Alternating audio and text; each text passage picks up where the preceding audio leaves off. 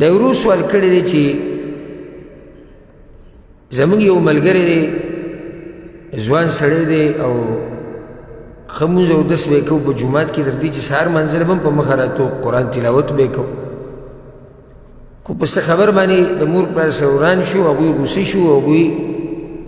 هغه پلار چې دی نو یا دواړو په ده باندې لعنت ووي او خیرې ورته وکړي چې الله دې د خپل رحمت نه لري که لعنت مته هم دقه دی زه ورک شه د الله لعنت دی په تا باندې لکه دا بس داسې وایي لعنت مطلب دی په عربۍ کې الطرد والابعاد عن رحمت الله د الله د رحمت نه یو سړی لرې کول نو ته چې کله چاته وایي چې په تا باندې د الله لعنت یې معنی دی چې ته د الله د رحمت نه لرې شي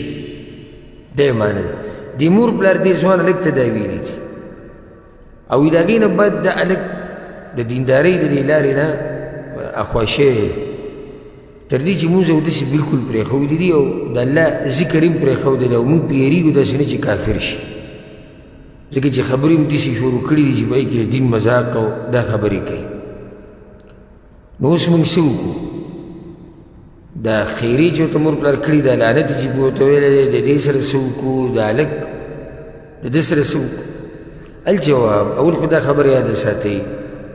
د ټولو مؤمنانو لپاره او بیا خصوصا د دې ځوان هلک دپاره چې د توبې دروازه دا همیشه کولاوه ده د توبې دروازه همیشه کولاو ده چې څو پورې نور د مغرب نه نه راختلی د هغه وخته پورې توبې دروازه کولاو ده او په صحیح مسلم کې دا حدیث دی پیغمبر صلی الله علیه وسلم وایي من تاب قبل ان تطلع الشمس من مغربها تاب الله علیه څوک چې توبه وباسي مخکې د دې نه چې نور د مغرب نه راوخیږي نو الله د هغه توبه قبلوي او دغه شان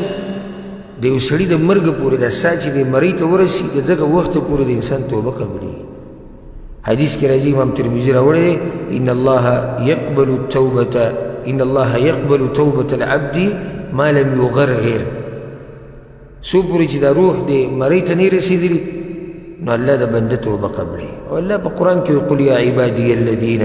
اسرفوا على انفسهم لا تقنطوا من رحمة الله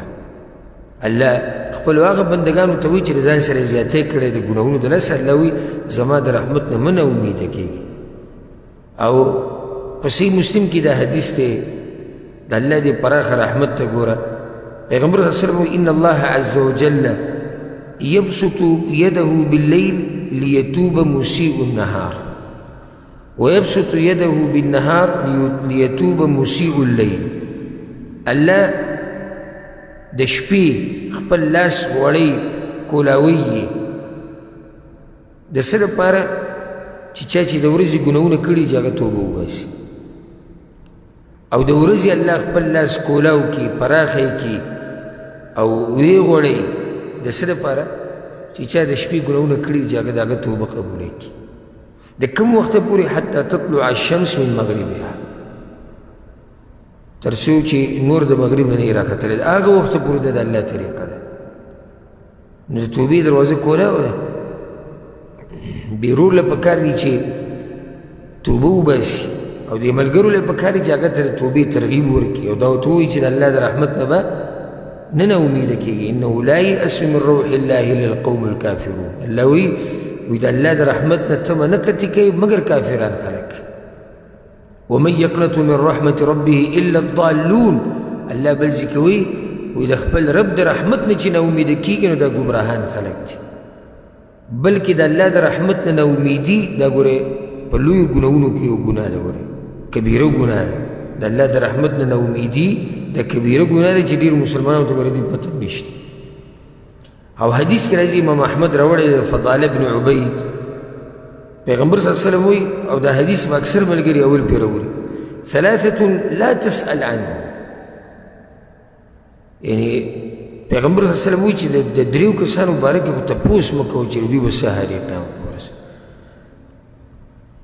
داسې بدترین حال به یې د دوی په هغو کې یو هغه سړی دی چې یو سړی دی او دا الله دا صفت د تکبر ده کوشش کوي چې دا د الله نه راکاږي او په ځان یې راواچي یعنی متکبر سړی دویم ورجل شک فی امر الله یو سړی چې د الله په باره کې شک شروع کول یاد بالله دا که د دین په باره کې والقنوط من رحمة الله. دریم کس هغه دی چې هغه نه امیده شوی د الله د رحمت نه. نو د الله د رحمت نه نه امیده کېدل د لویه ګناه ده. او حدیث کې راځي عبدالله بن مسعود وی، امام طبراني د اثر او روایت راوړی دی، اکبر الکبائر، یعنی غټ ګناهونه خو شتي په دې غټو کې غټ ګناهونه. عبدالله بن مسعود وی الاشراک بالله، د الله سره شریک جوړول، والامن من مکر الله، او د الله د عذاب نه په امن کې کېده، نه یېرېده بس په موږ عذاب نه راځي. او والقنوط من رحمة الله، او د الله د رحمت نه نه امیده کېدل دا په لویو ګناهونو کې لویه ګناه ده. نو د الله د رحمت نه امیدي نه ده پکار، د غرور ته وخت په وخت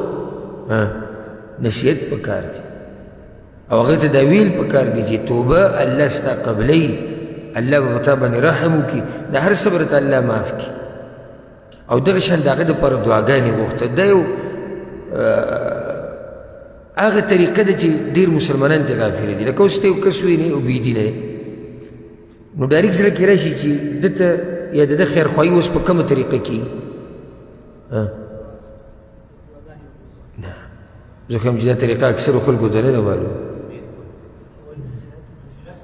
تاسو زما پرې سوال نه یې پوه، او دته جواب دی، تاسو به سوال نه یې پوه شئ.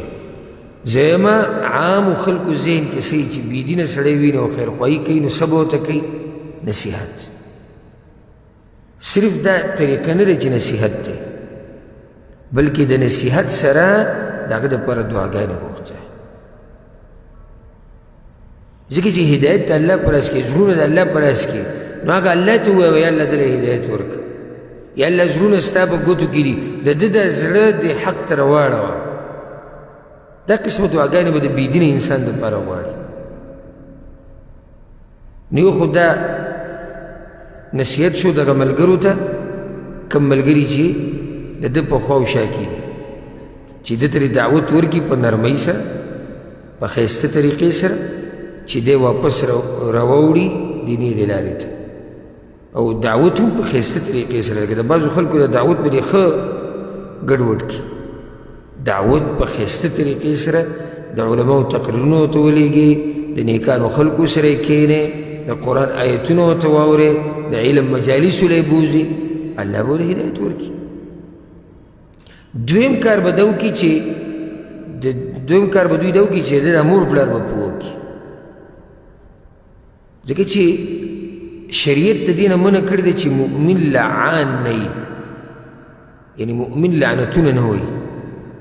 دا ناروا دي چې ته په یو خاص مؤمن باندې لعنت ووایې، یعنې نوم یې والې چې دا پلانې د الله لعنت دي په ده باندې، دا ناروا دي. معین انسان په ده باندې لعنت ته نشي ویلی، نو بیا په بچو باندې څنګه لعنت وایي؟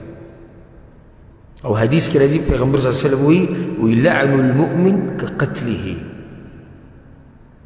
مؤمن باندې لعنت ویل د هغه وجل دی. او بیا یو سړی راولګي بچي باندې لعنت وایي، ته عام سړي باندې ته لعنت نشي ویلی مؤمن، که څومره هم ګناهګار معین سړی چې خاص دغه سړی د الله لعنت دی پې دته نشي ویلی، او دا د مؤمن شان نه وي. نو بیا بچي باندې څنګه سړی لعنت وایي؟ او دغه شان دا خیرې کول د دې نه منع راغلی ده. پیغمبر صلی الله علیه وسلم خپلو بچو ته خیرې مه کوئ، خپل مال ته، خپل ځان ته. داسې نه چې داسې ټیم سره برابر شي چې هغه ټیم کې الله دعاګانې او خیرې قبلوي، او بیا به خیرې به قبولې شي، او بیا به جلین او افسوسونه کوئ. زمونږ د پښتنو د مور پلار چې دي، د پښتنو مشرانو کې دا غټ عادت دی، دوی خیرې ډېرې کوي، او بیا زنانه خو تپوس مه کوو، دا وایي خو دویمه خبره او خیرې، دویمه خبره او خیرې. او بیا ګرځي وي بچی مې نیغې لارې ته نه راوړي، او د بچي مې کار کې برکت نشته، او غریب وې ارزي کې ډغرې خوري، او نه کار برابرېږي، او نه رزق شته، او بچي نه کېږي، او ژوند کې مزه نشته. دا تپوسونه له بیا د مور پلار کوي چې ټول عمر ته هغه ته خیرې کړي دي، هغه په ژوند کې برکت ته کوم ځای راشي؟ ټول عمر ته هغه ته خیرې کړي دي چې الله دې په شرمونو وشرموه، هغه ته به عزت ته کوم ځای نه میلاو شي؟ نو دا زمونږ د پښتنو دا مشران چې دي خصوصا بیا د زنانه دا د دوی ډېر غټ عادت دی او دا ګوره په دې ګناهګارې دي او حدیث کې دا راځي پیغمبر صلی الله علیه وسلم چې زنانه به جهنم کې ډېري چې کله یو زنانه ته پوښتنه کوي یا رسول الله ولې و یو دوی خیرې ډېرې کوي او دویم دوی د خاوند ښه نه مني نو دا زنانو کې به پښتنو کې د پښتنو په زنانو کې خو ډېر زیات عادت دی که نه کنه دا خبره غلطه لږه خبره والله دې یو د مور پلار بچي ته الله دې د ملا تیر مات کړه او الله دې په شرمونو وشرمو